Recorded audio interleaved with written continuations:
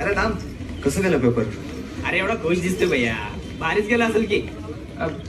चांगला गेला. आता रिझल्टची वाट बघायची. तुम्हाला? आमचा साधारण कदा भारी जातो. बरं सूर्या, पुढचा काय विचार केला रे? इंजिनिअरिंगला घ्यावं म्हणतोय. तात्यानं शब्द दिलाय तसा. तुम्ही? आमचं काय, आमची नको काळजी करू, आम्ही लागतो कुठं बी. आपली काळजी फक्त सरकारलाच आहे. चल.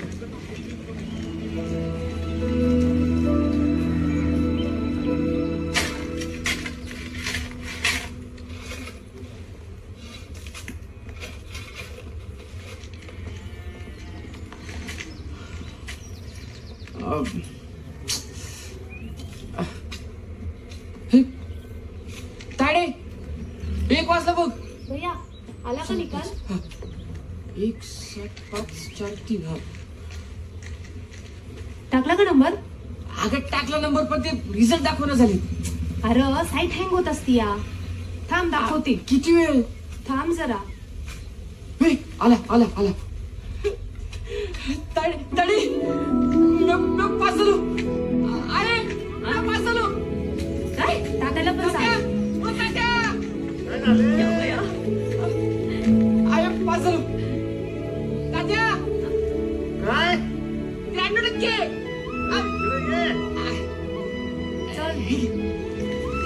लई कौतुक आहे. आमच्या गावाला रोजगार. मी पास झालो. 93% पडले.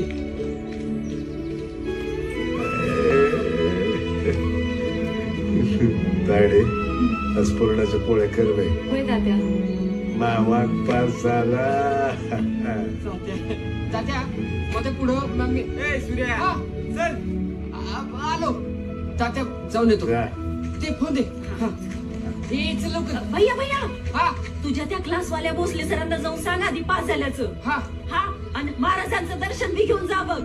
जातोय. हा हा ए 12च्या पुढं काय करायला लागतं ते बी विचार रे.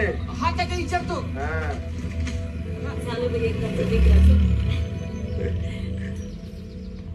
ताडे न्यारी करायची का बाई? सुरेच्या 1 पोळी जास्त जाणार आहे. वैजी. चला. पोरगा एकदाच चिकटले की माय मग सत्ता आण जातो बघा.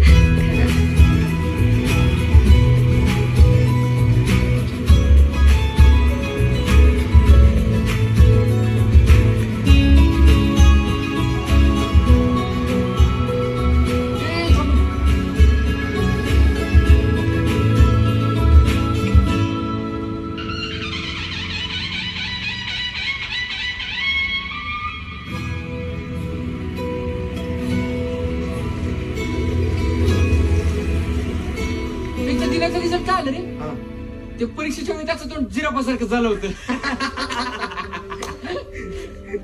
पण बाया बरे. आता काय टेन्शन नाही बघ. सीईटीचा रिझल्ट एकदा आला ना की गव्हर्नमेंट इंजिनिअरिंग कॉलेजला ऍडमिशन घेणार आणि रुबाबात शिकणार. मायला मग या आपल्या दोघांच्या मार्काची बेरीज एकट्याच्या मार्काने केली रे. हा अजून झोपलाय. ए भैया उठ की, कॅम्पराऊंडचा फॉर्म नाही भरायचं का? तू तर शेतात जायच्याच कामाचं आहेस. उठ रे, 9 वाजले. आपल्या कॉलेजानं फॉर्म भरला असेल.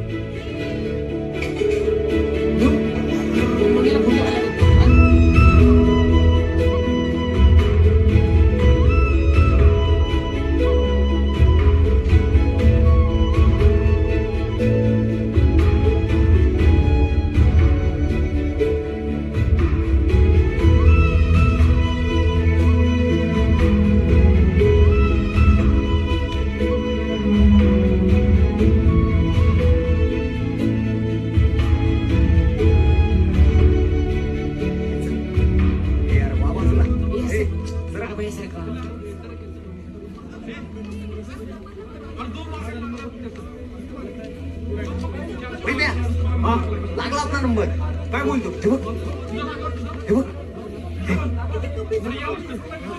हे बघ तुझा पण लागला. गण्याचा बघ.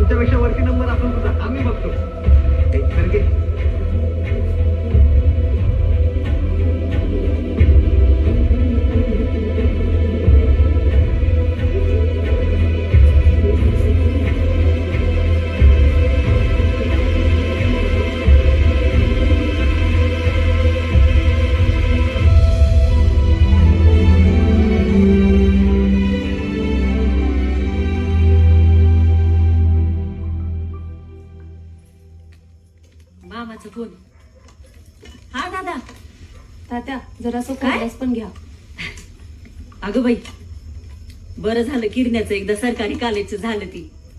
हा अ? ठेव फोन. बाई आलाय ना, त्याचं बी काय झालं बघू दे.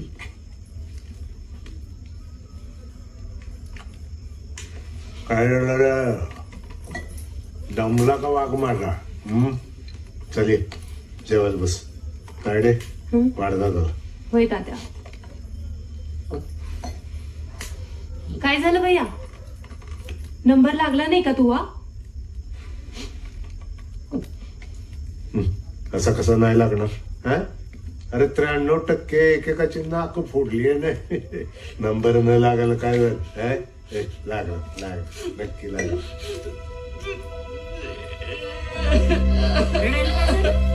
हे भैया की कशाला रडतोय? नंबर लागला नाही. हे भैया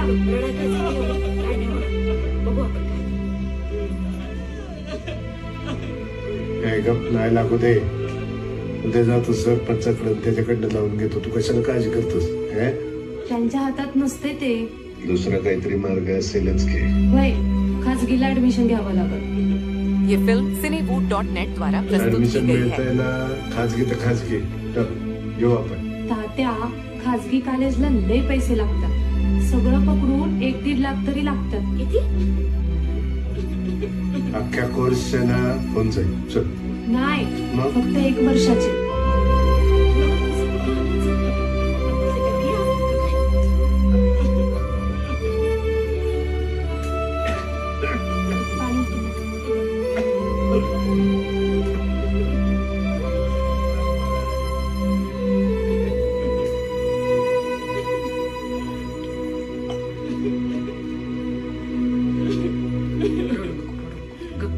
रडू नकस.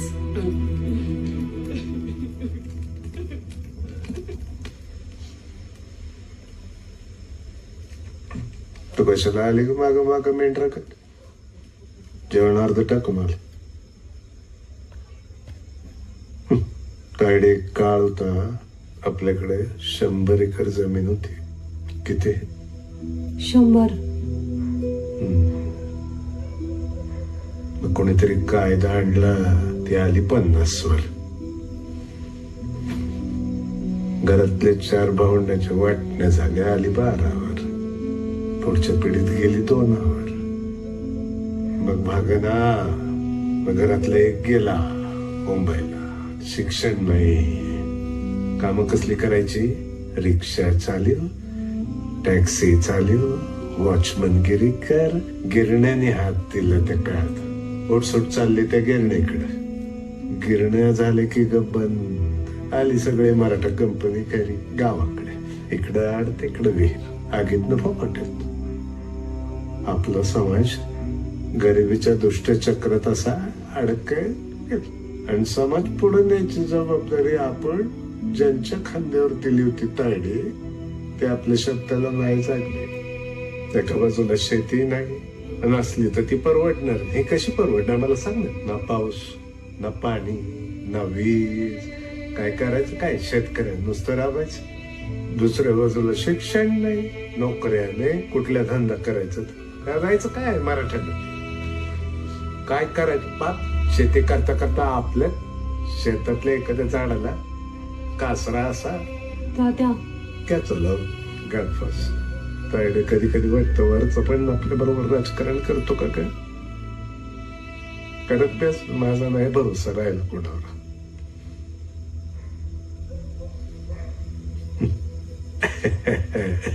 ए मर्दा, ये रेट काय? ये आला ये ये 93 सूर्य खांडलं का नाही? कान फाटत गावातले. 93 का सूर्य? माझी पोर आहे.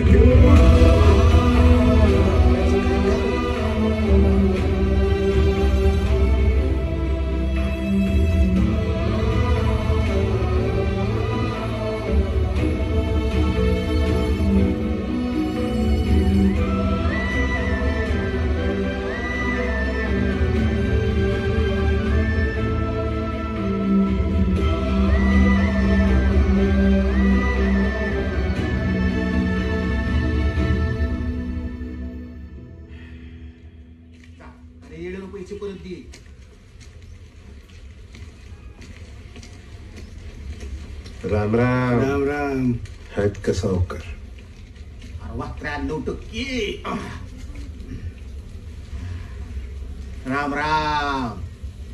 तात्या पाटील, तुम्ही या ना आमच्याकडं सूर्य उगवायची दिशा हुकली का काय? हा बोला. आलो होतो कामासाठी जरास. नाही इथे सगळे तर कामासाठीच येतात. बोला काय काम काढलं? पोरांनी चांगले मार्क काढले. एवढे मार्क पडून पण त्या सरकारी याच्यात ऍडमिशनला नंबर कमी पडले. पैसे भरावे लागते. पण तिकडे आमचा वशिला नाही बघा. तसं नाही. मार्क कमी पडले की जास्त पैसे द्यायचे अशी पद्धत आहे. मग भरून टाका की फी. पोराच्या करिअर बाबतीत चेष्टा करायची नाही.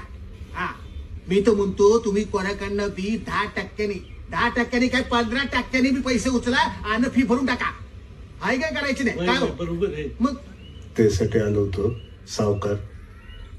तुमच्याकडनं काही मदत झाली तर बरं झालं असतं. बरं किती पैसे पाहिजे? 10 की 20?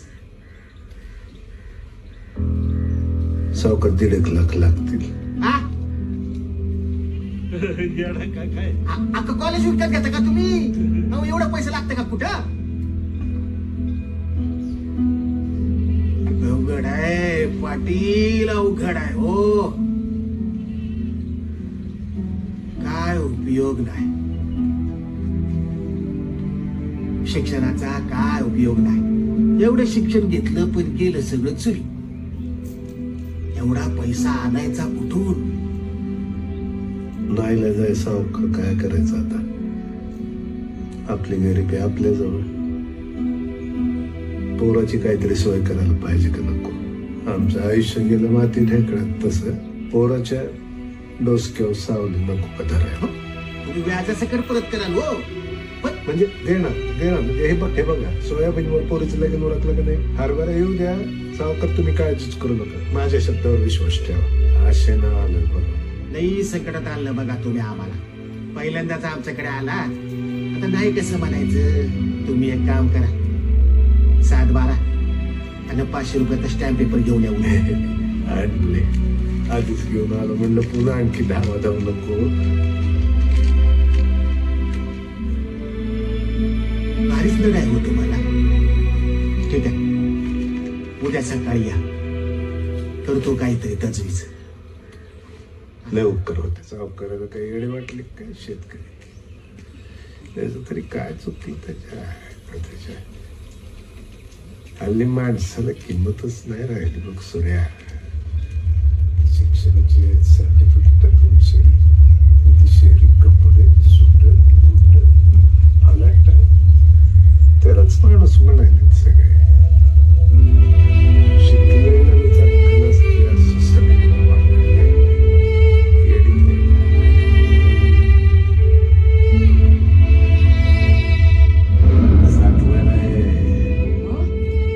दस्तकर झालं आताच कचेरीत.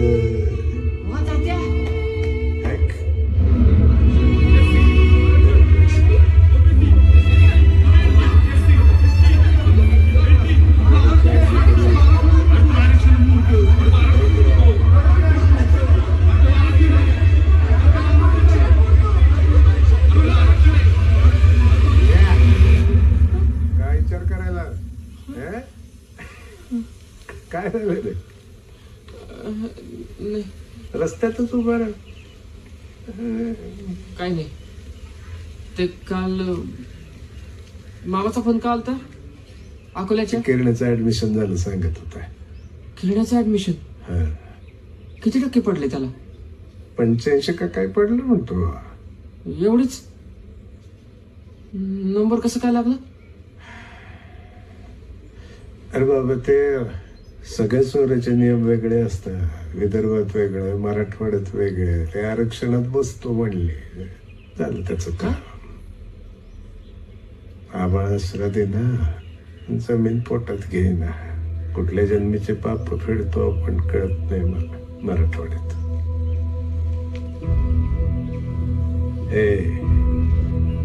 तू नको लक्ष देऊ, सोड, मी आहे ना. काय चाललंय डोकं?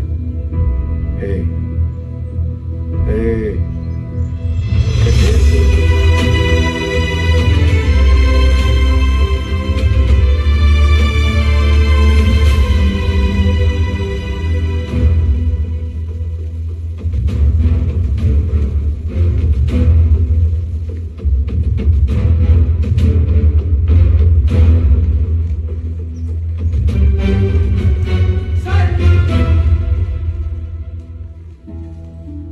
पोचले सर.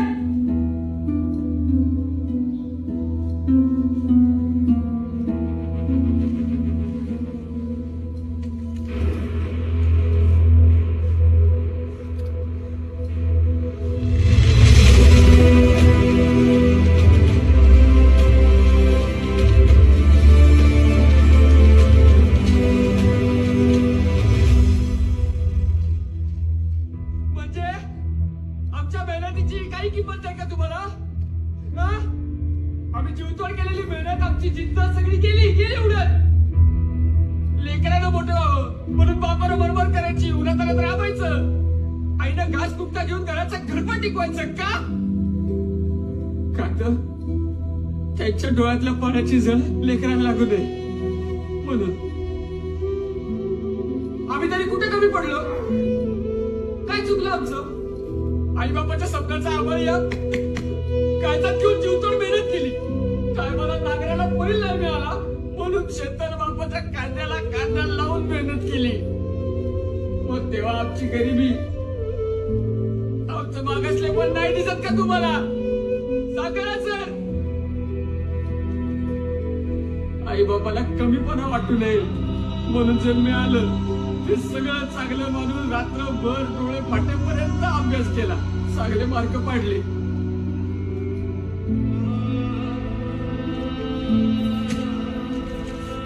ही जात, हे आरक्षण, ते आलं कुठून मध्ये?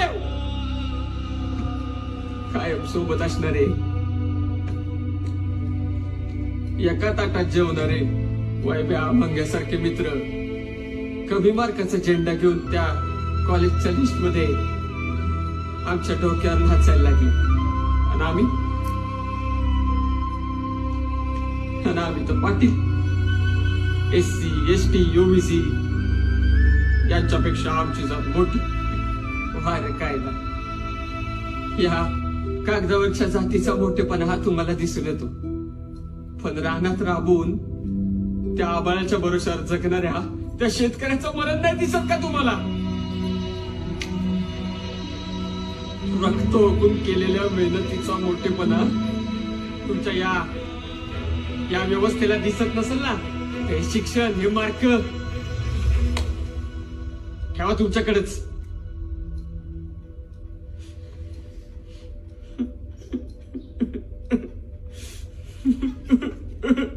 रडणं थांबवा सुरेश, रडू नका.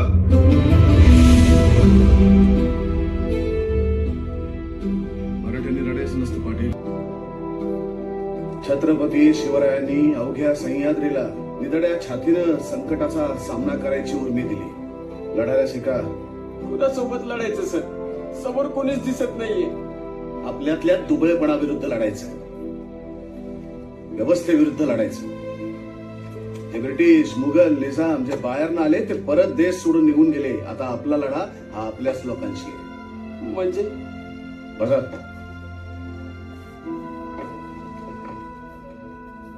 पाटील, वंचित मागास जाती जमातींना समाजाच्या मुख्य प्रवाहात आणण्यासाठी 1902 साली शाहू महाराजांनी आरक्षणाची सुरुवात केली. त्यानंतर याच वंचित मागास जमातीचा जीवनाचा स्तर वाढवण्यासाठी म्हणून डॉक्टर बाबासाहेब आंबेडकरांनी तशी संविधानात तरतूद केली.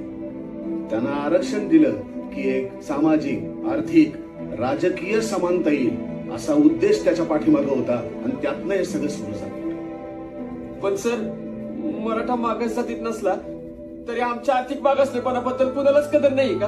कदर नाही? अहो, लढा सुरू केला होता पाटील. डॉक्टर बाबासाहेब आंबेडकरांनंतर तत्कालीन कृषी मंत्री असलेल्या पंजाबराव देशमुख यांनी. 1960च्या सुमारास मराठ्यांचा कुणबी जातीत समावेश असावा म्हणून आंदोलन सुरू केलं. त्यानंतर महाराष्ट्रात या आरक्षणाचा झंझावात पुन्हा पेटू लागला तो 1980च्या दशकात.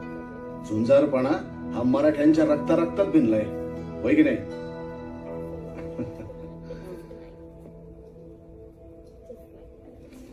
राकट देशा कणखर देशा दगडांच्या देशा, प्रणाम घ्यावा माझा हा श्री महाराष्ट्र देशा.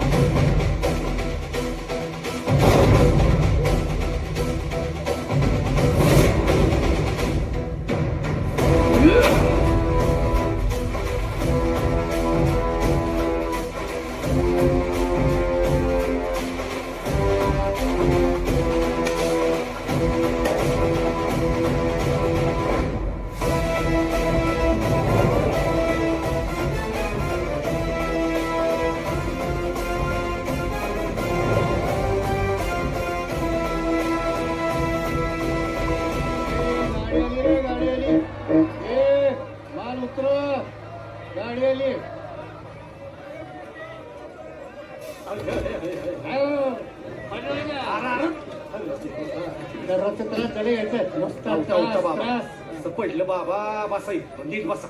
लागलं का? ए साम्या, पाणी आण तू. पडलं वाटतं. मराठी माणसाला पडायची सवय झाली. घ्या. कधी ते सावता पडतंय तर कधी कोणी पाय घालून पाडतंय. आबा त्यातच गेले तुम्ही. हा, नुसत्या चुका काढा दुसऱ्यांच्या. हा, नुसती नावच ठेवा, हात नका देऊ. धरायला लागा की जरा. तू धर की आता. आजचं हाय वय, रोजचं झालं हे रोजचं. हाडाची काढ करून ओझी उचलल्यानं काय बी होणार नाही. हात पाय मारायला लागा, कळलं का? एकदम केलं ना की केलं ना, पुढचं ना मागचं. बेकार अवस्था आहे हो अण्णा कामगारांची. आबा खांद्यावर हात ठेवून विचारपूस केली ना तर बरं वाटतंय बघा माणसाला. तुमचं आणि माझं दुखणं एकच आहे, पण आता हे दुखणं अंगावर पोचणं नाही जमणार. ये कागद आण.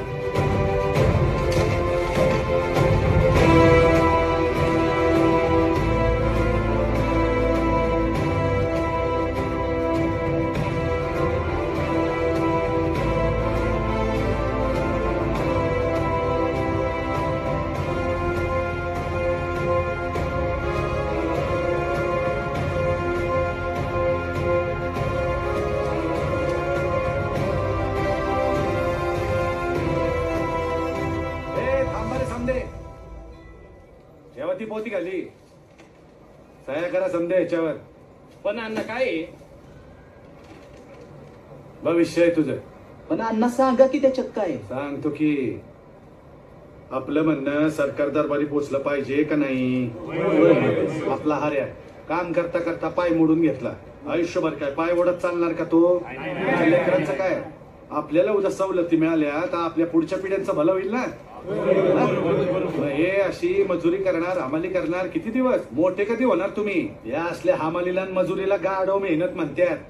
आपण आपल्या हक्कांसाठी भांडलं पाहिजे.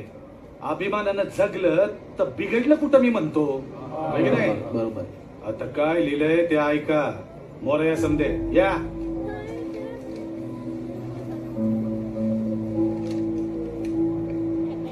ऐका समजे. प्रति नामदार मुख्यमंत्री महाराष्ट्र राज्य नमस्कार. कळवण्यास अत्यंत दुःख होतं की देशाला स्वातंत्र्य मिळून बराच काळ लोटला, परंतु अजूनही आमच्यासारख्या गोरगरीब आणि अर्थपीडित कामगारांना आपलं सरकार माणूस पण समजायला तयार नाही. या मुंबईत मराठी माणूस संयुक्त मुंबईसह संयुक्त महाराष्ट्रासाठी झुंजला. त्या लढ्यात कष्टकरी आणि मजुरांचा पण सहभाग होता. याचा विसर सरकारला पडलाय का काय? ऑफिस मधल्या सावलीत बसून कदाचित तुम्हाला आमच्या घामाच्या धारा दिसत नसतील, पण निदान आम्ही विनवण्या करतोय म्हणून तरी आमच्या जगण्याची फरफट समजून घ्या. आम्हाला हमाल नाही तर माथाडी कामगार म्हणून इज्जत द्या. इथं आपल्या राज्यातल्या कानाकोपऱ्यातून पोटासाठी आलेला मराठा समाज आहे. जातीचं जाऊ द्या, पण किमान आम्हाला माणूस म्हणून नाही तर मजूर म्हणून काही सवलती द्याल का नाही? आणि आमचं जगणं कबूल कराल अशी अपेक्षा करतो. खाली सही करणार सर्व माथाडी कामगार. काय पटतंय का नाही? अण्णासाहेब आगे बढ़ो. अण्णासाहेब आगे बढ़ो. अण्णासाहेब आगे बढ़ो.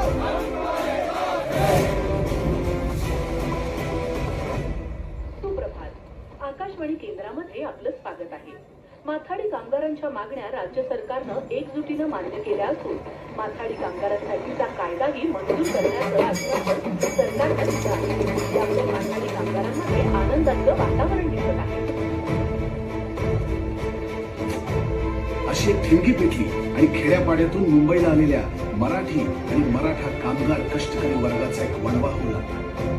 अण्णासाहेब पाटील यांचा झंझावात पाहून 15 जून 1969 साली महाराष्ट्र माथाडी हमाल व इतर श्रमजीवी कामगार अधिनियम 1969 हा कायदा सरकारला अस्तित्वात आणावा लागला. पुढे अण्णासाहेबांची विधान परिषदेवर आमदार म्हणून नियुक्ती झाली.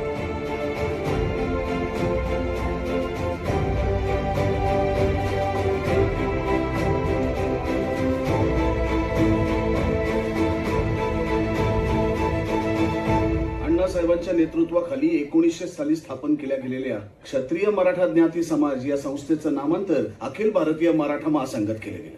आता या मराठा महासंघाचं अध्यक्षपद स्वीकारल्यानंतर अण्णासाहेब काही स्वस्त बसणाऱ्यातले नव्हते. त्यांनी संपूर्ण महाराष्ट्र पिंजून काढायला सुरुवात केली.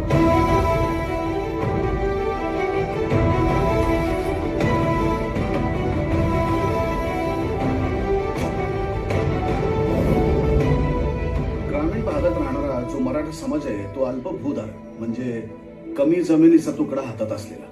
आता एवढ्याशा जमिनीच्या तुकड्यामध्ये कुटुंबाचा उदरनिर्वाह कसा व्हायचा? मग त्यांच्या पोरांना चांगली नोकरी मिळाली पाहिजे, चांगलं शिक्षण मिळालं पाहिजे, म्हणून अण्णासाहेबांनी आर्थिक निकषावर आरक्षण द्या अशी मागणी करायला सुरुवात केली. मराठा समाज एकजूट व्हावा, एकत्र राहावा या भावनेतनं हाताशी कुठलीही संपर्क यंत्रणा नसताना, कुठली माध्यमं नसताना त्या काळात अण्णासाहेबांनी अखिल भारतीय मराठा महासंघाच्या माध्यमातून भारतातल्या पहिल्या मराठा आरक्षण मोर्चाचं आवाहन केलं.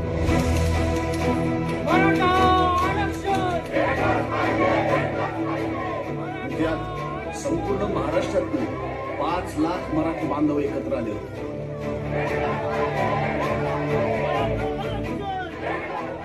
सुरू झालं अण्णासाहेब पाटील नावाचं.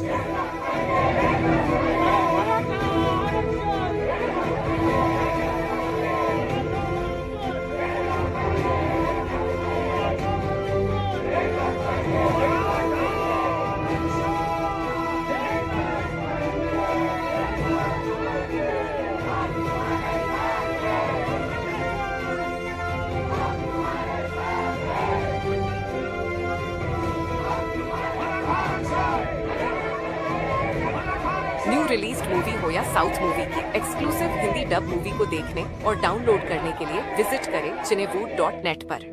नमस्कार अण्णा. आपण सरकारमध्ये आमदार असून सुद्धा सरकारच्या विरोधात एवढा विराट मोर्चा घेऊन विधान भवनावर आला. नेमके आपले काय मागणी आहेत? गरज आज मराठा समाजाला आरक्षणाची गरज आहे. हिंदुस्थानातला सगळ्यात मोठा विराट मोर्चा घेऊन माझा समाज आज इथे आलेला आहे. हा मराठ्यांचा माज नाहीये, मराठा लाचार पण नाहीये, पण काळाची गरज आहे हे लक्षात घ्या.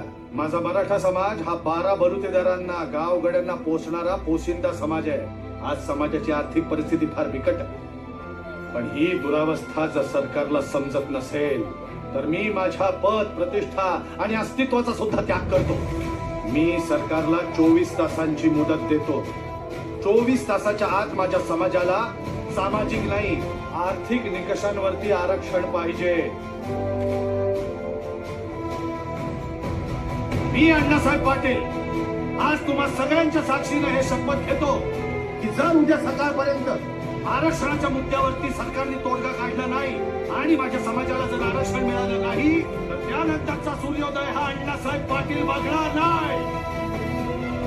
मराठा आरक्षण, मराठा आरक्षण.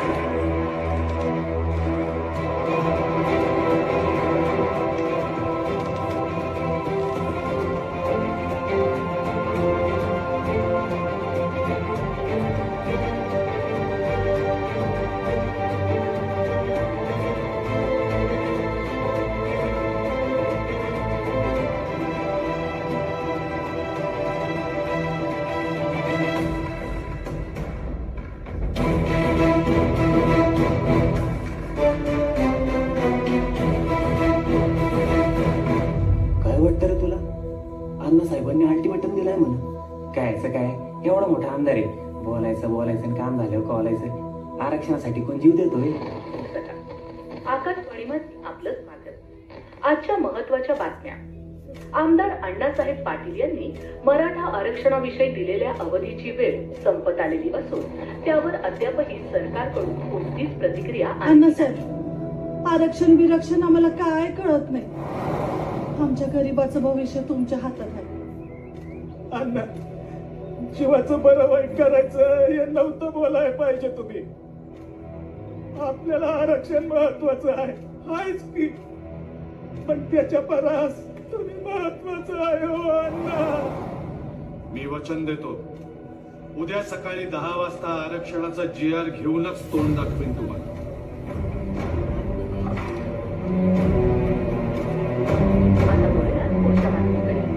मराठवाडा आणि विदर्भात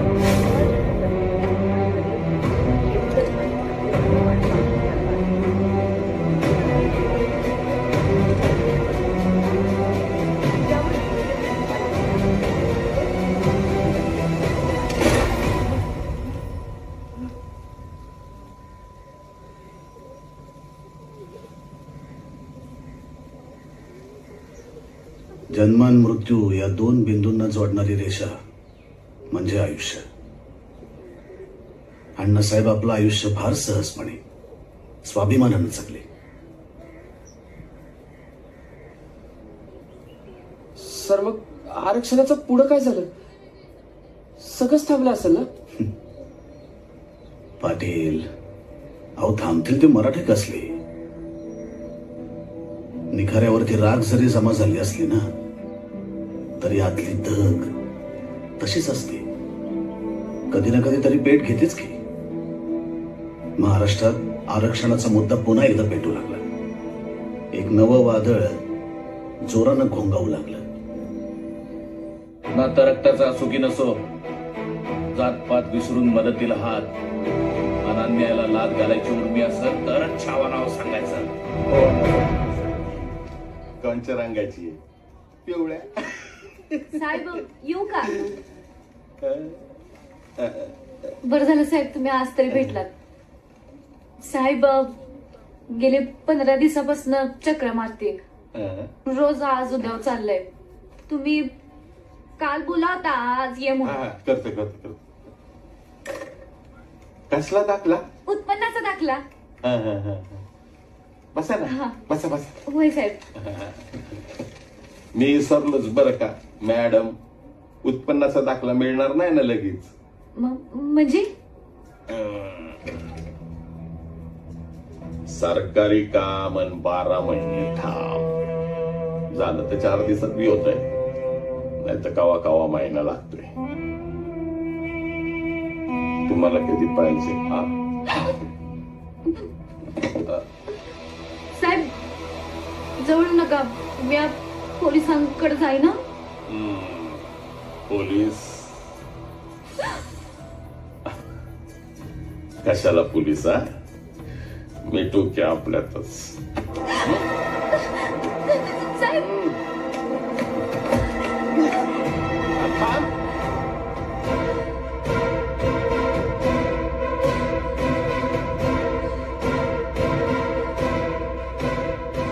गोरगरिबांची पाठराखण हीच आपल्या संघटनेची दौलत आहे.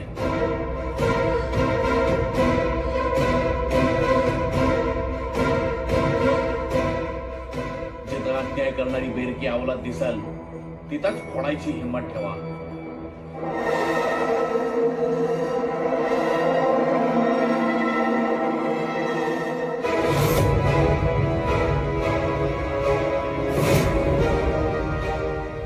अण्णा जावळे कायम तुमच्या संघ आहे, ध्यानात ठेवा. आणि लातूरात दादा, अप्पा,